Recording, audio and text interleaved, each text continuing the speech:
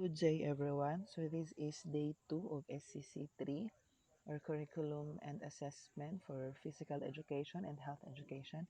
I am still your instructor, Andre Bergante Cabrera. Yesterday, we talked about the definition of curriculum, the types of curricula, and other stuffs about the real meaning and comparisons of curriculum. So, let's proceed. So today we will be tackling about the concept on how curriculum changes and the characteristics of a good curriculum. So now on this slide, curriculum, a changing concept. Curriculum reforms are based on how the curriculum has traditionally been organized. Ibig sabihin, yung curriculum daw nagre-reform or nag-change based sa kung ano siya noon. So, ibig sabihin, it changes for the better. Halimbawa, the fact na ang curriculum noon ay hindi nagki-cater ng mga learners na may special something or yung basic jargon natin na mga special children, but I would like to address them as differently abled learners. So, before, the curriculum are not catering them or ang kailangan pumunta sila sa isang school na nagki-cater sa needs nila specifically for them.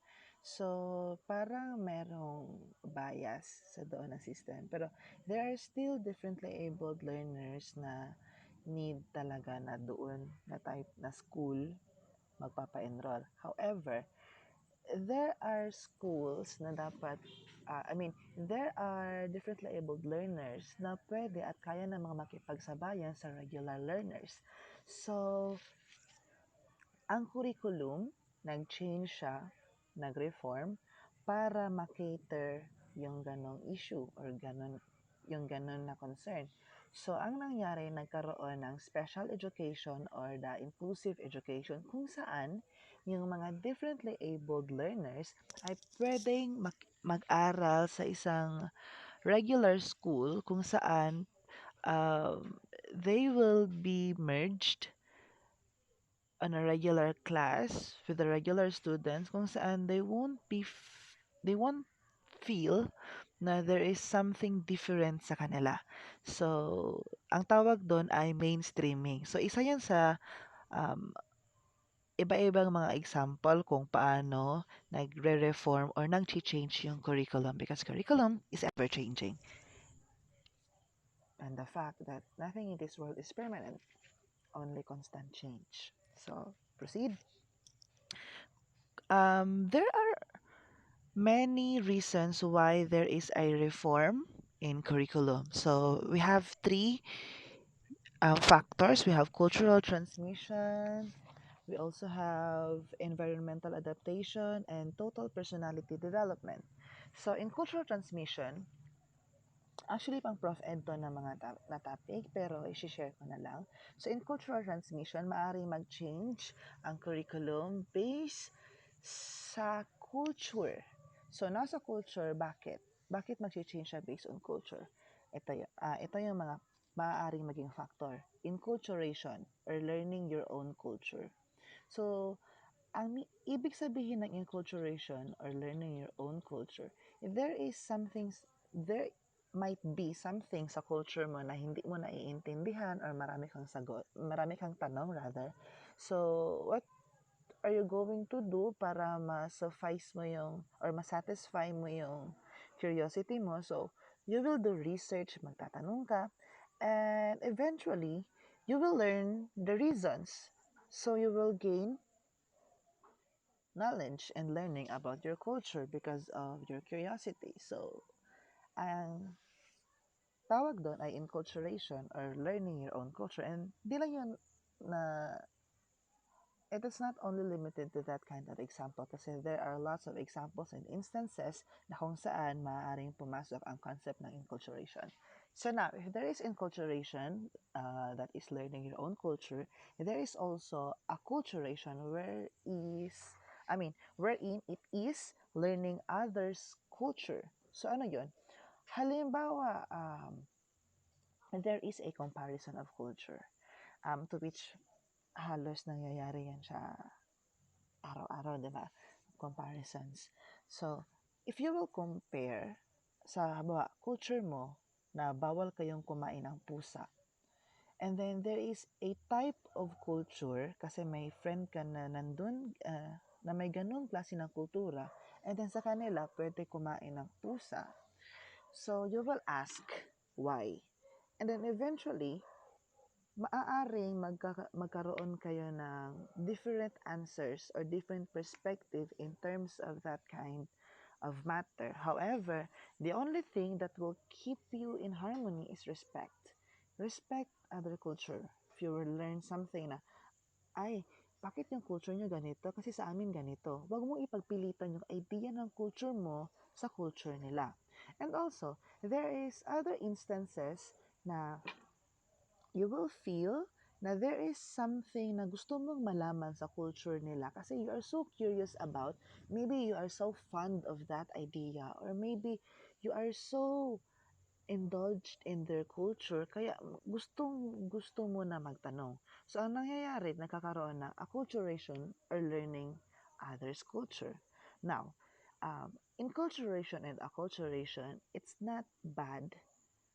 At the same time, di rin naman siya ganun ka-good kasi there are always pros and cons or advantages and disadvantages in enculturation and acculturation. Maybe sa enculturation, sobrang curious ka, and then when you find the answer, di mo matanggap. And also, maaari din yung mangyari sa acculturation. So now, we have xenocentrism and ethnocentrism. What is xenocentrism? It is the thinking that your culture is inferior. Halimbawa, our musical culture, ganito na lang, example natin, K-pop.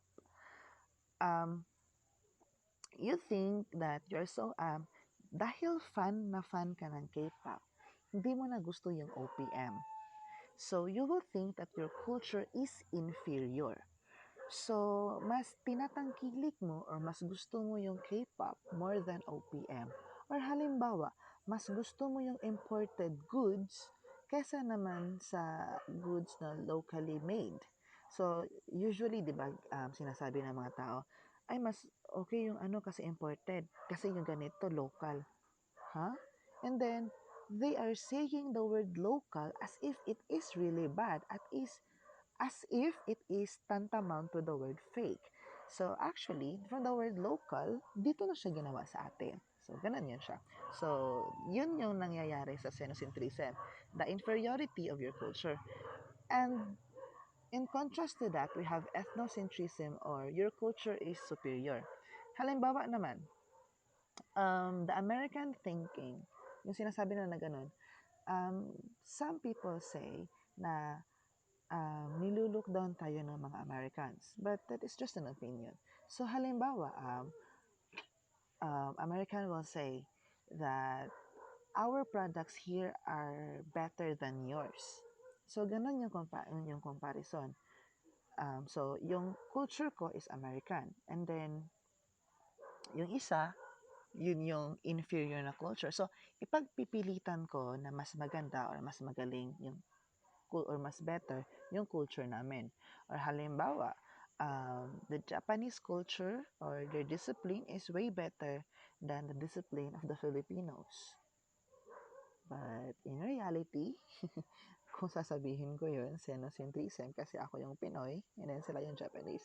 But to which it is true. Their means of discipline is better than the disciplines of other Filipinos, but not all. So, yun. Ang isang rason kung bakit nakakaroon ng reforms of curriculum based on cultural transmission. Now, with this kind of factors, bakit nakakaroon ng reforms? Nakakaroon ng reforms dahil sa pag-a-adjust ng culture. So, ganun yun. And then, you can ask me sa video conference natin about it because di ko siya i-explain ito lahat kaya para maging curious kayo. So, let's proceed. Environmental adaptation or the exploration or exploring the structure, forms, and habits of a certain like a child or a student.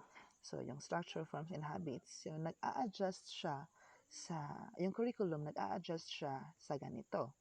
Halimbawa, yung curriculum ng isang school na pang-Catholic lang.